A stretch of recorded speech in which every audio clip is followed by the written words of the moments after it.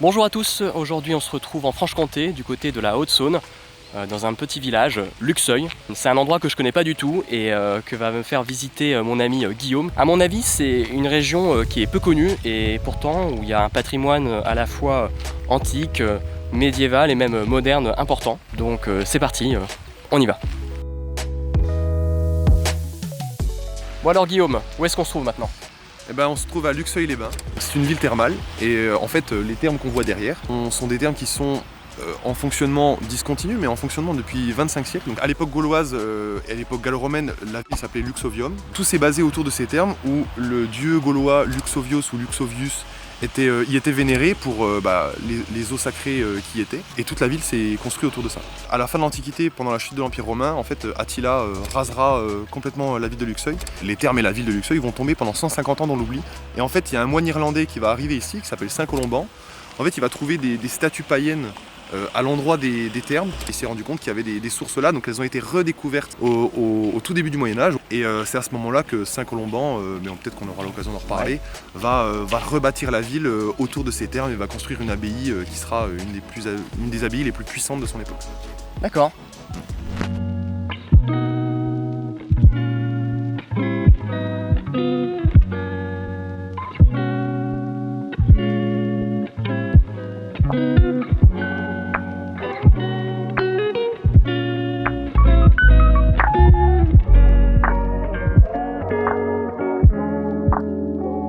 Alors là, on est dans la rue Carnot. Et en fait, cette rue, on la surnomme la rue aux 52 balcons. Et au Moyen-Âge, c'était une rue qui s'appelait la rue de la Corvée, qui était en dehors de l'enceinte de la ville, qui était une rue très populaire. Au 19e, avec l'activité thermale qui reprend de l'essor, en fait, on va avoir tous ces balcons qui vont naître et la rue va s'embourgeoiser. Et en fait, ce qui est intéressant dans cette rue, c'est qu'on a donc 52 balcons et qui sont de tous les styles. Sur les 52, il y en a un seul qui n'est pas en métal. Je vous laisse deviner lequel.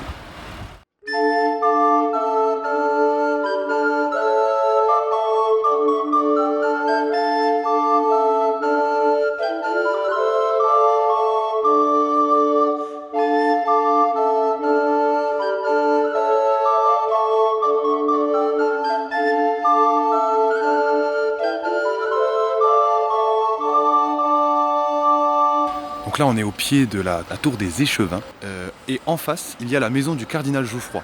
Alors la tour des Échevins, tour magnifique du XVe siècle, qui était en fait l'ancien hôtel de ville, là où résidaient les magistrats de la ville. Et juste en face, on a la maison du cardinal Jouffroy, donc un abbé de Luxeuil qui finira cardinal. Il y a plein de petits détails, si tu regardes bien, plein d'animaux, de végétaux, il y a un dragon, des corbeaux. Et à un moment donné, il y a même, c'est assez surprenant, il y a un petit triskel de 3 petits lapins et 3 oreilles, 3 lapins. Et en fait, on ne sait pas exactement si ça représente la prospérité, la profusion, ou alors si c'est la course du soleil, ou tout simplement la course du temps. Et juste ici, on a le blason de la ville, tout simplement, avec le lion comtois, emblématique de la région. Et puis, juste en dessous, la particularité de Luxeuil, le soleil de Saint Colomban.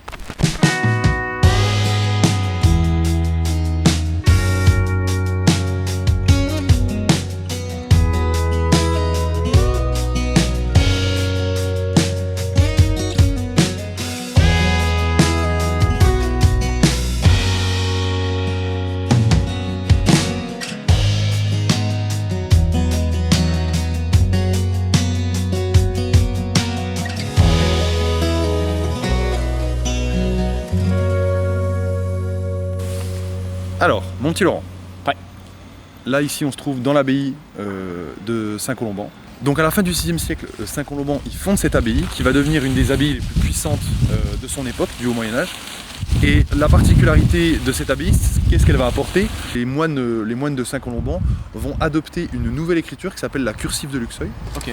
Et en fait, cette nouvelle écriture va être adoptée dans tout l'Occident de cette époque-là. Moi je connaissais l'histoire de la Caroline, donc justement plutôt après Charlemagne, de la standardisation de l'écriture, en tout cas de cette écriture. Donc il y a eu finalement une pré-Caroline avant la Caroline. Ouais, c'est exactement ça. À Luxeuil. Et en fait, la cursive de Luxeuil commençait à être adoptée un petit peu partout. Quand Charlemagne arrive et qu'il réorganise tout son empire, c'est à ce moment-là qu'il adopte la Caroline. C'est à ce moment-là que la cursive de Luxeuil on arrêtera de l'utiliser.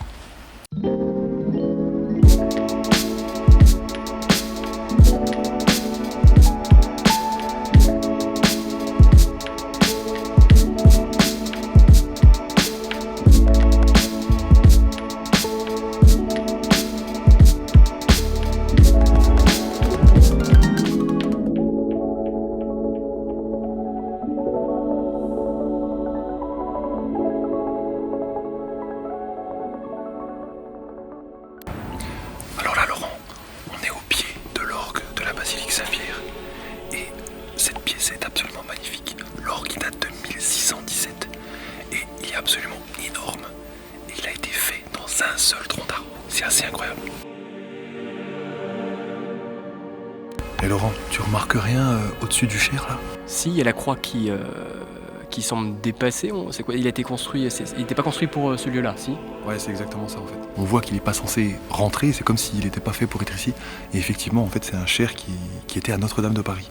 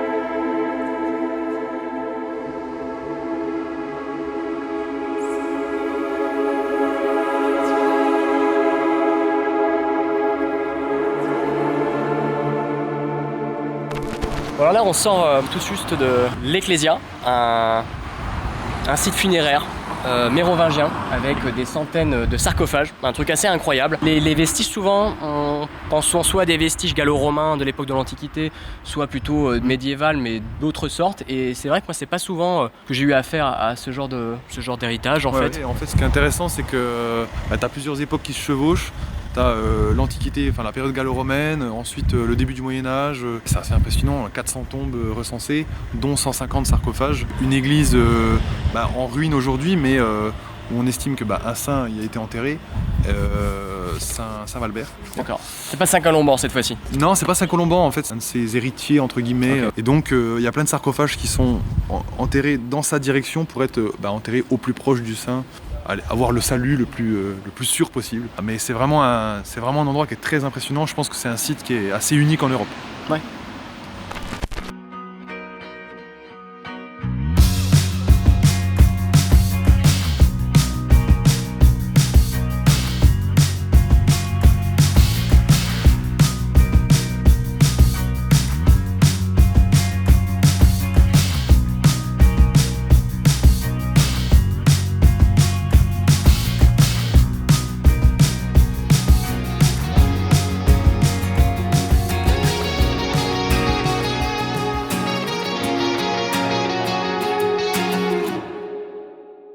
Bon Guillaume, on vient de visiter Fauconnier. Qu'est-ce que tu peux nous dire sur le village? Pourquoi tu nous as emmenés ici? En fait, il faut savoir que contrairement à aujourd'hui, fut une époque, c'était un lieu beaucoup plus riche, avec beaucoup plus de vie, beaucoup plus d'activités. Et en fait, c'est un lieu avec lequel on peut retracer toute l'histoire de la Franche-Comté. On va avoir le Moyen-Âge où ça va être une place importante pour passer en Lorraine. Ensuite, il va y avoir l'aventure avec les ducs de Bourgogne, Charles le Téméraire. La Bourgogne et le comté de Bourgogne vont continuer à prendre en puissance. Arrive le XVIe siècle, la Franche-Comté va passer sous le giron des Habsbourg, alors que la Bourgogne va devenir française. Ouais. Donc la Franche-Comté va vraiment avoir une autonomie, en fait presque une indépendance. Elle va avoir un très bon rapport avec le Saint-Empire romain germanique. D'ailleurs, Charles Quint saluera la fidélité des Comtois. Il proposera simplement un impôt libre et consenti. C'est pas mal comme impôt là, c'est libre et consenti. C'est ça, à la base les impôts c'est comme ça à la base. Hein. Et à cette époque-là, il s'appelait le don gratuit. Et ça a été une période de paix, donc tout le XVIe siècle. Malheureusement, patatras, arrive le XVIIe siècle, et alors là c'est tout l'inverse. Là, 4 invasions françaises, dont une guerre de 10 ans, qui va traumatiser la Franche-Comté. Alors il va y avoir tout un tas d'histoires et de légendes sur la résistance des Comtois. D'ailleurs, la devise des Comtois, tu la connais? Nenni ma foi, je sais c'est quoi. Rends-toi, rends-toi, nenni ma foi. En fait, alors on suppose que ça a été dit par un Français sous les murailles de Dole pendant un siège. Un Français aurait dit Comtois, rends-toi. Et un Comtois sur la muraille aurait répondu « Nenni ma foi, jamais je ne le ferai ». Bref, c'est une devise qui montre l'esprit attaché à la liberté et l'esprit un peu résistant. William Wallace. Ouais, c'est ça. En fait, les Francs-Comtois... c'est un peu les Scottish, les Écossais de l'Est de la France. Ouais, moi je le vois comme ça. Et pourquoi je t'ai amené ici, précisément, sur cette petite colline qui surplombe un peu le village? C'est parce qu'en fait, en 1674, c'est la dernière année où la Franche-Comté sera vraiment libre. Et l'histoire de la Franche-Comté va se terminer ici, à Fauconnier. Le siège va durer 2 jours. Alors les Français seront 10 fois plus nombreux, ils seront à peu près 1400 et 2 canons, alors que les Francs-Comtois seront 150, 200 par là. Le lendemain du premier jour, un canon va réussir à ouvrir une brèche dans la muraille. Muraille où il y a encore quelques vestiges dans certaines maisons. C'est ce jour-là que la Franche-Comté sera définitivement annexée par la France. En fait, il y a beaucoup de Comtois de cette époque, après l'annexion française, qui ont voulu se faire enterrer face contre terre pour ne pas avoir le soleil du roi soleil. Les Comtois ont mis 1 siècle à l'époque pour digérer l'annexion française. À chaque fois que les Français mettaient un pied en Franche-Comté, en fait, c'était synonyme de destruction, de guerre. 4 guerres quand même en 1 siècle qui ont pas mal ravagé la région. Dans l'univers de la résistance franc-comtoise, tu m'as parlé d'un Robin des Bois made in Franche-Comté. Est-ce que tu peux nous en dire un peu plus? Ouais, c'est ça, tu as parlé de William Wallace. Oui, c'est ça. Un peu dans le même style, mais plus local, on a l'Accuzon, qui est surnommé parfois le Robin des Bois franc-comtois. Victor Hugo a failli écrire un livre sur lui d'ailleurs. Donc il y a vraiment aussi tout cet imaginaire-là qui aujourd'hui est peu connu, mais qui à l'époque romantique et au 19e était quand même encore assez vivace en Franche-Comté. Super, la Franche-Comté. Ouais.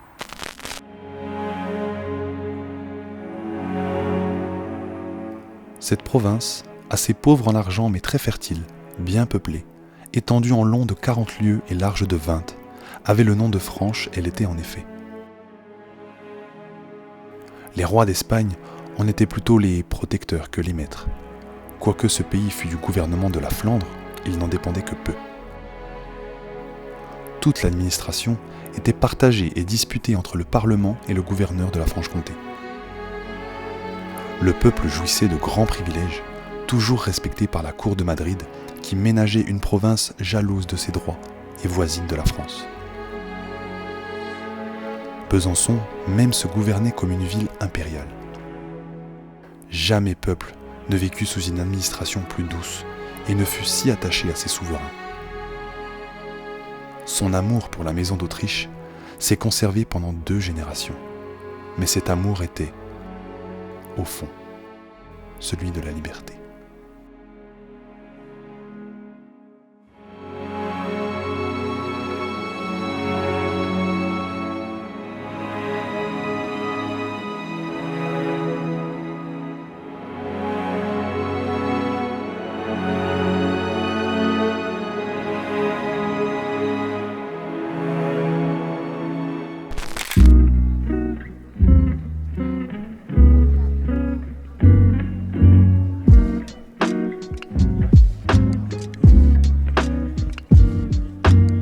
On se retrouve ce soir en compagnie de Guillaume chez lui pour déguster le tourbillon de Luxeuil avec Laurine, sa compagne et son enfant. Tu peux nous rappeler vite fait ce qu'il y a dedans? Il y a à l'intérieur du jambon de Luxeuil, et puis oignon rouge, jus de griotte, vin rouge, et une espèce de gros rouleau de focaccia.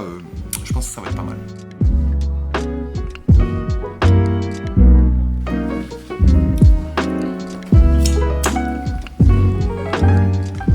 Bon, je pense qu'on pouvait pas venir en Franche-Comté sans prendre un peu de Mont d'Or, surtout en des périodes où l'hiver arrive à grands pas. Donc voilà, le Mont d'Or c'est un vacherin du Haut-Doubs. La particularité c'est que c'est mis dans une sangle en épicéa et c'est affiné dans l'épicéa, et c'est tout l'épicéa qui va donner le goût très particulier au Mont d'Or. On peut pas parler Franche-Comté si on parle pas un petit peu fromage, mais le Mont d'Or c'est au-dessus. C'est au-dessus de tout. Ce soir, nous accompagnons notre Mont d'Or d'un vin du Jura, un vin jaune du Jura bien sûr. Santé! Laurine nous disait assez justement en fait qu'on pouvait reconnaître la saucisse de Morteau de la saucisse de Montbéliard par sa taille, il me semble. Alors déjà par la taille, effectivement, la saucisse de Morteau. Et par le goût. La saucisse de Morteau est plus grosse que la saucisse de Montbéliard. Et puis la saucisse de Morteau, on sait que c'est une vraie. Quand il y a un petit bout de bois là, là c'est une vraie. Ça, c'est une bonne.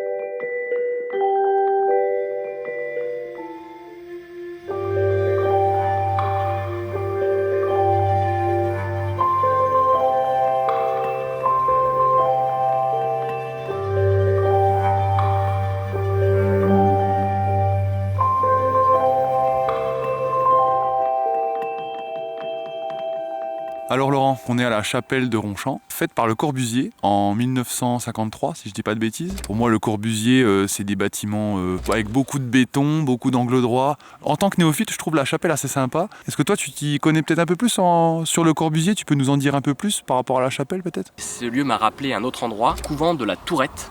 Près de Lyon, parce que c'est aussi un bâtiment que Le Corbusier a dessiné, a réalisé, beaucoup plus sévère, beaucoup plus anguleux, beaucoup plus orthogonal. Mais j'ai retrouvé en fait le même esprit d'ascèse, de recueillement assez spirituel au fond, même avec des formes architecturales modernistes, brutalistes. On peut évoquer du sentiment religieux en réalité, mais moi je me rappelle très bien, on avait passé une semaine au couvent de la Tourette et on avait dormi dans des toutes petites cellules. Il y avait un univers qui pourrait paraître un peu carcéral, mais à mon avis qui convient aussi à cette dimension spirituelle du recueillement, qui quand même diffère de la chapelle où on se trouve. Il y a quand même un côté plus joueur, dans les formes, dans les courbes. Elle communique avec un espace plus naturel autour. C'est vrai que malgré tout ce béton, que ce soit à l'extérieur de la chapelle ou à l'intérieur, on a quand même un sentiment de solennité paisible, on entend un peu les oiseaux, et même à l'intérieur de Notre-Dame-du-Haut, ces grands volumes en hauteur, ils sont... Le Corbusier, je trouve qu'il a réussi son pari. La chapelle en fait a été détruite de nombreuses fois au cours de l'histoire et ils ont fait appel à lui pour la reconstruction et au début visiblement ça l'a pas chauffé, il avait peut-être un sentiment un peu anticlérical et au final en venant sur les lieux il a trouvé ça génial et je trouve ça marrant le moderniste en fait qui au début de sa carrière est très radical, très obtus, très on construit un nouveau monde, tabula rasa. Il s'est dit mais en fait finalement non, tout ça c'est un tout et pourquoi pas faire des églises, faire des chapelles. Le béton est tout blanc à l'extérieur. Donc il y a quand même une luminosité, presque, surtout un jeu d'ombre et lumière. Les modernistes en fait ont beaucoup joué sur les volumes et la lumière. Et en cela, il y a des échos qu'ils peuvent faire avec l'architecture traditionnelle, les cathédrales qui sont aussi des lieux avec des espaces immenses où la lumière va rentrer à travers les vitraux et justement pour inspirer le sentiment religieux, le sacré. Et surtout, il y a vraiment, la colline est très bien placée, il y a vraiment de belles vues. On n'est pas sûr, mais il y a peut-être eu un sanctuaire romain ici. Donc très ancien ce lieu-là finalement, comme souvent.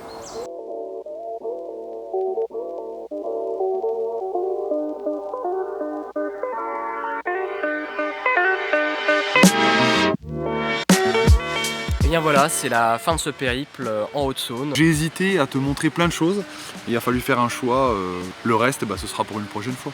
On n'a pas parlé beaucoup de toi en fait depuis le début de la vidéo. Je suis originaire d'ici, donc je suis extrêmement attaché à l'endroit où je vis en fait. Je me sens vraiment pleinement enraciné. J'aime la tranquillité, les grands espaces, la forêt. Qu'est-ce que tu dirais à quelqu'un pour le motiver à venir soit visiter, voire même habiter la Haute-Saône ou cet endroit-là autour de Luxeuil? Déjà il faut venir ici, juste en vacances, se balader, voir la nature, voir le petit patrimoine. Et puis même pour habiter, les gens qui cherchent des coins tranquilles, loin des villes, un peu épargnés, calmes, où il y a un sentiment aussi de sécurité. Je pense que c'est un lieu qui s'y prête plutôt bien. Bon si vous avez apprécié cette vidéo, si vous avez apprécié Guillaume, de découvrir tout le patrimoine et aussi la nature de la Haute-Saône et en particulier des environs de Luxeuil, partagez cette vidéo à des gens de la région ou d'ailleurs pour découvrir des lieux pas toujours connus. Et moi je vous retrouve dans une prochaine vidéo en France mais aussi peut-être en Europe et je vous dis à bientôt. Salut. Salut. Qui écrivent le papier, etc. En fait, qui recopient la Bible, ils vont adopter une nouvelle écriture qui s'appelle la cursive de Luxeuil. Ils ont voulu se faire enterrer face contre terre pour ne pas... Calogero, c'est ça, face contre terre, non? Non, c'est pas... Ouais, c'est ça.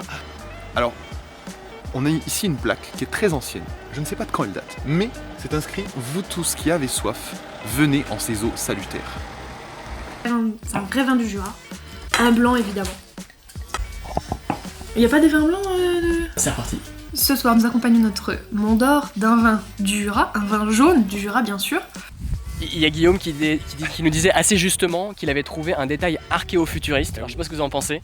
C'est une cheminée d'industrie, j'imagine, et en fait ils ont mis plein d'antennes 5G en fait dessus. Ouais, plutôt que de la détruire et de construire un pylône électrique dégueulasse, on se sert du patrimoine du passé industriel pour mettre des antennes 5G. Bon, on fait du neuf avec de l'ancien, modernité, tradition, archéo-futurisme. Moi j'aime bien.